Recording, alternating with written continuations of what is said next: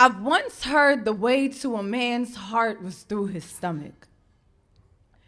That a good cook will keep someone at the table.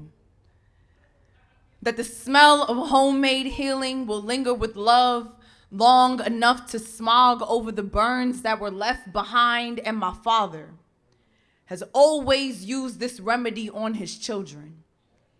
It feels he baked his apologies into the gravy, seasoned his excuses onto the skillet, and somehow hope we'd forget the anguish with each bite. I think I ate my way through the trauma.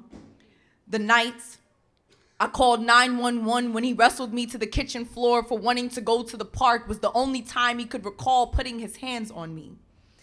The day I stayed out late in my teen after-school program, he pulled up to the place, went inside the party, dragged me out in front of my friends, and manhandled me into the car while stepping on my feet so I wouldn't simmer away. The evening we got into a dispute on the highway. He snatched my phone to threaten throwing it out the window, and I screamed, "I hate you," so loud I'm sure the pots couldn't hear the kettle calling it black.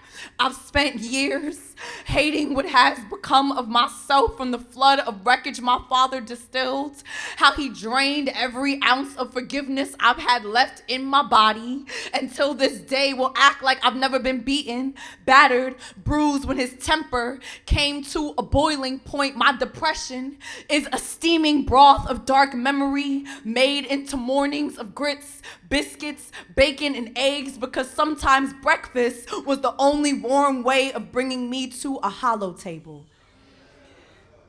I know empty sounds like the rumbling from feeding on a fistful of rage, feels like the whipping up of whiplash, tastes like the leftovers of every altercation after the damage passed, and my mother will sous chef the violence, turn a blind eye toward the kitchen, and tell me to come eat.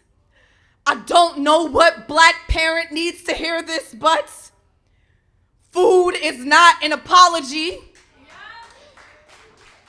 It is a recipe for disillusion. It is an ingredient of avoidance. It is dinner through dismissiveness, and this house of pain passed down like a family heirloom from my grandfather to his sons, where he'd throw my dad and uncle into bathtubs with electric cords, beat them until they were bloody, and feed them as much as they like. My life is a stomach full of questions like, why'd I go to school with a black eye that day? Why'd my ex find scars on my body? Mom, why'd I get abused but my sister didn't?